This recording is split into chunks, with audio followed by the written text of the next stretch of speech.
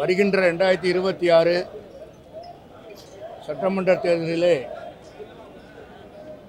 திராவிட முன்னேற்ற கழகத்தினுடைய கூட்டணியிலே சமத்துவ மக்கள் கழகம் கூட்டணியில் இருந்து கொண்டிருக்கிறது. கடந்த 2019ஆம் ஆண்டு நடைபெற்ற பார்லிமெண்ட் தேர்தலிலும் 2021 நடந்த சட்டமன்ற தேர்தலிலும் திமுக கூட்டணியிலே ஆதரவு கொடுத்து அந்த வெற்றிக்காக நாங்கள் பாடுபட்டோம். அதுபோல 2021 எங்கள் சமத்துவ மக்கள் கழகத்திற்கு சட்டமன்ற தேர்தலில் போட்டியிட வாய்ப்பு வழங்காத காரணத்தினாலே தமிழ்நாடு முதலமைச்சர் அவர்கள் பனைமர தொழிலாளர்கள் நல வாரியம் என்ற ஒரு வாரியத்தினுடைய தலைவராக எனக்கு பொறுப்பு வழங்கியிருந்தார்கள். அதேபோல் இன்றைய தினம் இவங்களை அழைத்திருக்கிறார்கள். எங்களுடைய அழைப்பை ஏற்று அவங்களுடைய அழைப்பை ஏற்று வருகை தந்து எங்களுடைய கருத்துக்களை கேட்டிருக்கிறார்கள். அவரும் கருத்துக்களை சொல்லியிருக்கிறார்கள். தமிழ்நாட்டில் சிறப்பான ஆட்சி நடைபெற்று கொண்டிருக்கிறது. ஏழை மக்கள் எல்லாம் மகிழ்ச்சியாக இருந்து கொண்டிருக்கிறார்கள். சட்டம் ஒழுங்கு சிறப்பாக இருந்து கொண்டிருக்கிறது.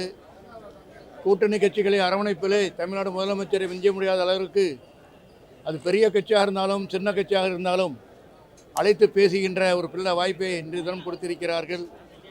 இன்னும் 2 தினங்களிலே தமிழ்நாடு முதலமைச்சர் அவர்களை கலந்து ஆலோசனை தெரிவித்துக் கொண்டு எங்களுக்கு சட்டமன்றத்திலே போட்டியிடுவதற்கு வாய்ப்பு வழங்குவதாக கூறி இருக்கிறார்கள்.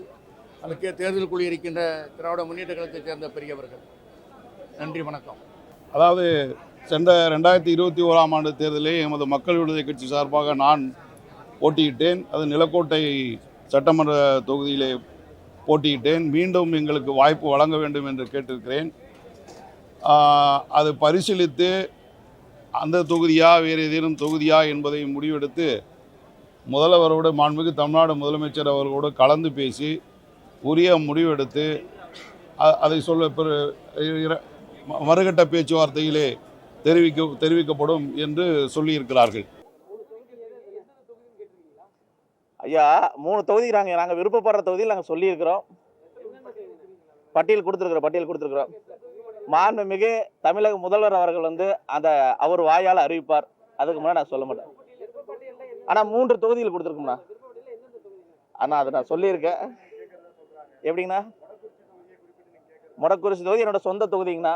மாண்புமிகு தமிழக முதல்வர் கொடுத்தா ரொம்ப சந்தோஷமாக ஏற்றுக்கிறேன்.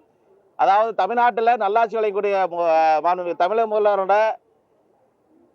அந்த நல்ல ஆட்சிக்கும் நல்ல திட்டங்களுக்கு தான் ஓட்டு போட போகிறாங்க. உதயசூரியனுக்கு மட்டும்தான் ஓட்டு போட போகிறாங்க. அதனால் அது எந்த தொகுதி கொடுத்தாலும் சரி அந்த தொகுதியில் நாங்கள் வெற்றி பெற கையாறு பாடுபடுவோம். திமுக 234 ஜெயிக்க போகுது. அதனால் எந்த தொகுதி கொடுத்தாலும் சரி.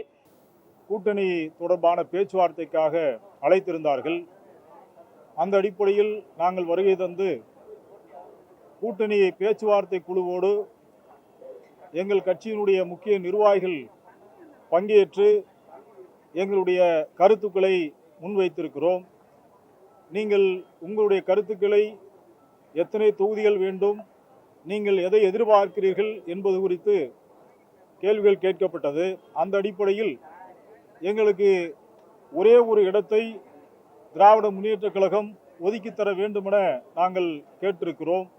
ஏனென்று சொன்னால் திராவிட முன்னேற்ற கழகத்திலே பல்வேறு கூட்டணி கட்சிகள் இன்றைக்கு வருகை தந்திருப்பதை ஒட்டி ஆதித்தமிழர் கட்சிக்கு, குறிப்பாக ஆதித்தமிழின அருந்ததியர் மக்களுடைய பிரதிநிதித்துவத்தை வலியுறுத்துகின்ற வகையில் எங்களுக்கு ஒரு இடமாவது நீங்கள் கண்டிப்பாக வழங்க வேண்டும் என்று இன்றைக்கு திராவிட முன்னேற்ற கழகத்தினோடு தலைமையோடு இணைந்து ஆதித்தமிழர் பேரவையும் இன்றைக்கு பயணிப்பதுடன் தேர்தலிலே மக்களை சந்தித்து வாக்குகளை கேட்பதிலும் முன்னணியிலே நாங்கள் நிற்கப் போகிறோம். அது மட்டுமல்ல, அருந்ததியர் மக்களுக்கு திராவிட முன்னேற்ற கழகம் மட்டும்தான் கடந்த காலங்களிலே 3 விழுக்காடு இடஒதுக்கீடு கொடுத்தது மட்டுமில்லாமல் பல்வேறு வரலாற்று தலைவர்களுக்கும் நினைவு மண்டபங்களை எழுப்புவதில் திராவிட முன்னேற்ற கழகம் மட்டும்தான் அதை செய்தது. 32 ஆண்டுகள் ஆட்சி செய்த அதிமுக அதை எதையுமே செய்யவில்லை. ஆனால் அதற்கு பிறகு வந்த கலைஞர் மட்டும்தான் இந்த மக்களை பற்றி நினைத்தார். அந்த நினைத்ததின் வாயிலாக 3 விழுக்காடு இடஒதுக்கீடு கிடைத்ததின் பலனாக இன்றைக்கு நூற்றுக்கணக்கான அருந்ததியர் மக்கள் இன்றைக்கு தங்கள் வாழ்விலே முன்னேற்றம் கண்டிருக்கிறார்கள். அந்த நன்றியை மறக்காமல் வருகிற தேர்தலிலே அவர்கள் இந்த திராவிட முன்னேற்ற கழகத்தினுடைய தலைமையிலே இருக்கிற கூட்டணி கட்சிகளுக்கும் திராவிட முன்னேற்ற கழகத்திற்கும் தங்களுடைய வாக்குகளை அளிக்க தயாராக இருக்கிறார்கள். தமிழ் புலிகள் கட்சி நீண்ட நெடுங்காலமாக திராவிட முன்னேற்ற கழகத்தோடு பயணித்து வந்து கொண்டிருக்கிற காரணத்தினாலும் தொடர்ந்து தேர்தல் பணியாற்றி வந்த காரணத்தினாலும் எங்களுடைய உழைப்பை அங்கீகரித்து பேசுவதற்காக அழைத்திருக்கிறார்கள். அந்த பேச்சுவார்த்தையில் தமிழ் புலிகள் கட்சிக்கு வரக்கூடிய சட்டமன்ற தேர்தலில் ஏதேனும் ஒரு தொகுதியில் உதயசூரியன் சின்னத்தில் போட்டியிடுவதற்கான வாய்ப்பை வழங்க வேண்டும் என்று கோரிக்கை வைத்திருக்கிறோம். நிச்சயமாக பரிசீலிப்பதாகவும் தலைவர் கவனத்திற்கு கொண்டு செல்வதாகவும் இந்த பேச்சுவார்த்தை குழு நமக்கு செய்திகளை வழங்கியிருக்கிறார்கள்.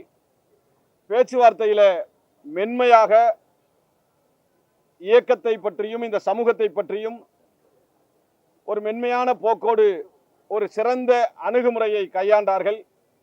எனவே நிச்சயம் இந்த தேர்தலில் அடக்கப்பட்ட மக்களிலும் அடக்கப்பட்ட மக்களாக இருக்கிற இந்த அருந்ததியர் மக்களுடைய குரல் சட்டமன்றத்தில் ஒலிப்பதற்கும் ஒட்டுமொத்த தமிழர்களினுடைய உரிமைகளுக்காக குரல் கொடுக்கவும் தமிழ் புலிகளுக்கு ஒரு வாய்ப்பை வழங்குவார்கள் என்று நாங்கள் நம்புகிறோம்.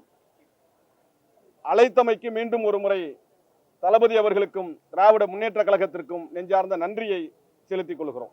செய்திகளை உடனுக்குடன் தெரிந்து கொள்ள கீழ்கண்ட கேபிள் மற்றும் டிடிஎச் நெட்வொர்க்குகளில் எம்நாடு செய்தி தொலைக்காட்சியை காணுங்கள். பாதகம் செய்பவரை கண்டால் நாம் பயம் கொள்ளலாகாது பாப்பா. மோதி மிதித்து விடு பாப்பா, அவர் முகத்தில் உமிழ்ந்து விடு பாப்பா. அண்மை செய்திகளை உடனுக்குடன் தெரிந்து கொள்ள இணைந்திருங்கள் எம்நாடு தொலைக்காட்சியுடன்.